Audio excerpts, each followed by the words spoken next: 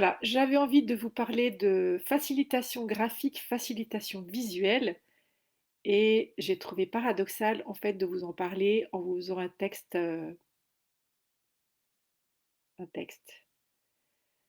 Voilà, donc effectivement, j'invite à nouveau Mireille Van Bremen, qui est une formatrice en facilitation graphique, et je voulais vous dire en fait pourquoi je l'invite à nouveau à faire à la fois un stage de 3 jours d'introduction et un approfondissement pour ceux qui le veulent de 2 jours, fin août, début septembre, et entre les deux, une journée autogérée pour ceux qui veulent s'entraîner et recevoir des feedbacks de Mireille. Alors voilà, je vous ai présenté ça sur un paper, j'espère qu'il se voit, pour vous dire en tout cas pourquoi je considère, donc je suis formatrice en communication non violente depuis 2006, et ça fait donc plusieurs années que j'ai rencontré Mireille Van Bremen, et aussi la facilitation visuelle, la facilitation graphique, le sketchnoting, et que je vois que ça a vraiment changé ma pratique, et je voulais vous partager pourquoi cette formation me semble importante et pourquoi j'ai de la joie à l'organiser, à vous inviter à cette formation. Je sais pas, voilà, c'est le premier live que je teste, donc si jamais vous êtes en ligne, bah, vous pouvez mettre des commentaires, et sinon ce sera un premier test comme ça. J'ai identifié quatre. Alors déjà, ce que j'ai envie de vous dire, c'est que j'accepte de vous montrer un paper que j'ai fait rapidement tout à l'heure avec toute l'imperfection. Et je crois que la première chose que m'a apprise Mireille, qui m'a permis de faire des pas, c'est qu'à partir du moment où je sais faire un point, un trait, je sais dessiner, et que je peux accepter de faire des choses qui sont imparfaites. J'ai pas mis des surligneurs de couleurs. Mon texte est de travers, il est penché vers le bas en plus, que j'aime pas du tout parce que je me suis pas déplacée sur paper et j'ai fait ça un peu vite.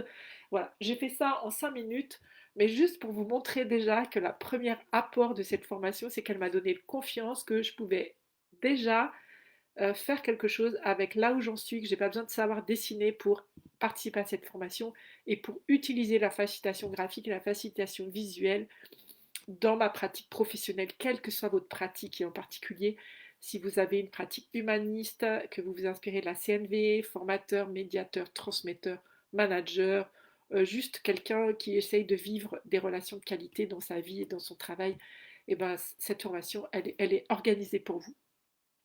Alors, la première chose que j'ai envie de vous dire, c'est le 1, j'ai marqué la prise de notes. En fait, je me suis rendu compte, je ne sais pas vous, je prenais des tonnes de notes en fait dans mes carnets, sur mon ordinateur, et en fait je ne les relisais jamais, et je n'imprimais pas en fait ce que j'avais entendu.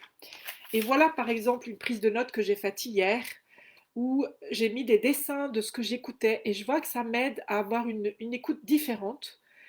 Ça me permet d'entendre des choses différentes, et je vois que bah, il suffit que je relise ma page en fait pour que je me rappelle des éléments clés qui ont été donnés. Et je le fais vraiment avec mon cœur, et ce que j'aime dans la formation de Mireille, c'est qu'elle nous aide vraiment à écouter avec le cœur, et de voir, voilà, par exemple, j'ai dessiné un petit cœur avec des rames, m'aimer tel que je suis, là où j'en suis, voilà, qui était inspiré par quelque chose que j'ai entendu hier. Préserver mon énergie, j'ai dessiné une petite bougie avec une flamme qui est vacillante parce qu'il y a du courant d'air. Voilà, moi, en tout cas, c'est ça que je comprends dans mon dessin. Peut-être que vous ne voyez pas ça, mais peu importe. Ça m'aide à prendre des notes, et surtout, surtout, à utiliser les notes que je fais. Parce qu'avant, je ne le faisais pas.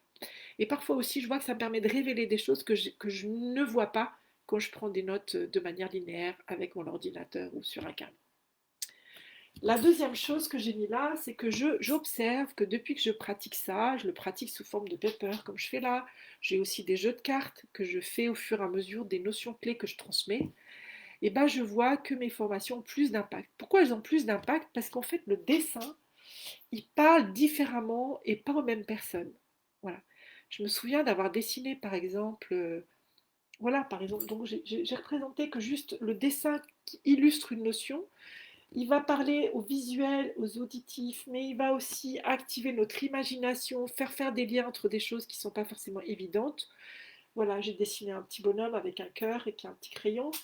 Bah, peut-être que ce dessin, il va évoquer quelque chose pour vous qui correspond pas tout à fait à ce que j'ai dit dans mes mots, mais qui peut-être va imprimer autre chose dans votre cerveau, dans votre corps, dans votre cœur, dans votre imagination, qui va produire quelque chose de différent, complémentaire de ce que je peux dire avec les mots. Et je vois que depuis que je fais ça, eh ben, les stagiaires, les gens que j'accompagne, ils me disent combien les mises en image que je propose, en fait, génèrent des prises de conscience qui sont différentes des papers que je fais d'habitude. La troisième chose que je vous ai mis là, je ne sais pas si vous le voyez, c'est d'être plus inclusif. Alors, dans les formations, parce que je suis formatrice, mais ça peut être aussi dans l'accompagnement, dans la manière dont vous animez une réunion, dans la manière dont vous faites vos PowerPoint. Maintenant, je fais mes PowerPoint, je fais moi-même mes dessins plutôt que d'aller chercher des cliparts sur Internet.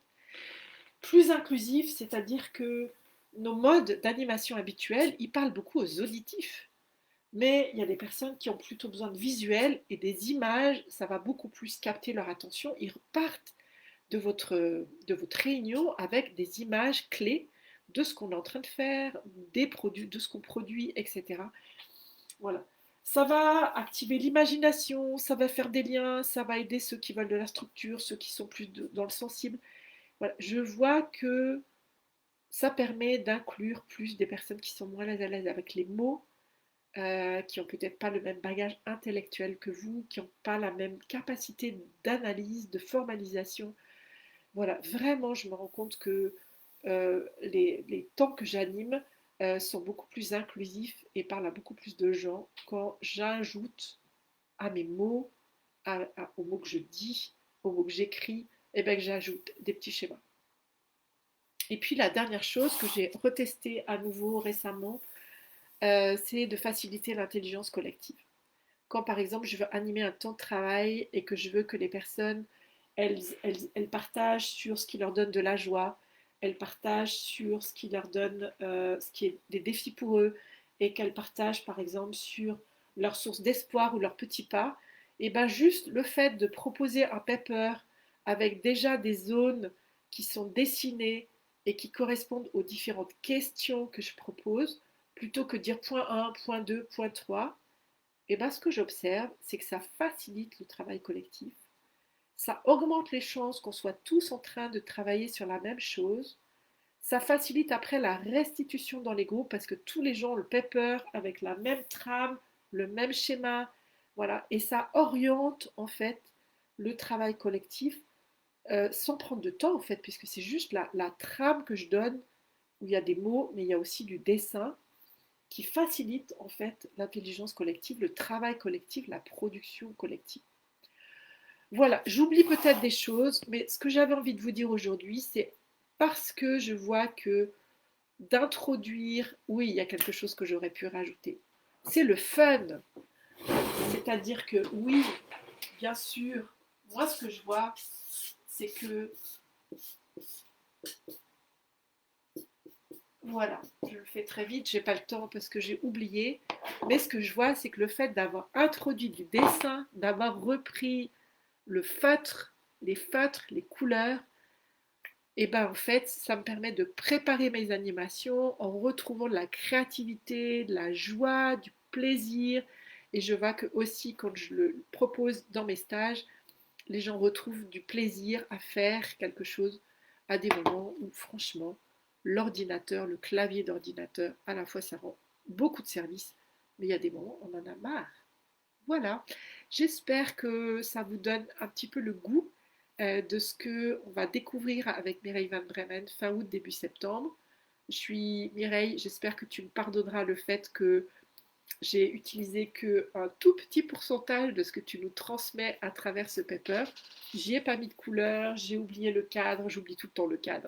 J'ai oublié de le signer, mais voilà, j'avais envie juste de passer un petit moment avec vous pour vous dire pourquoi je propose ces formations.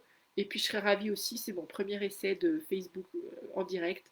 J'avais aussi envie de tester ce format pour voir s'il pouvait me permettre de communiquer de manière plus directe sur ce que je propose. Merci et à bientôt.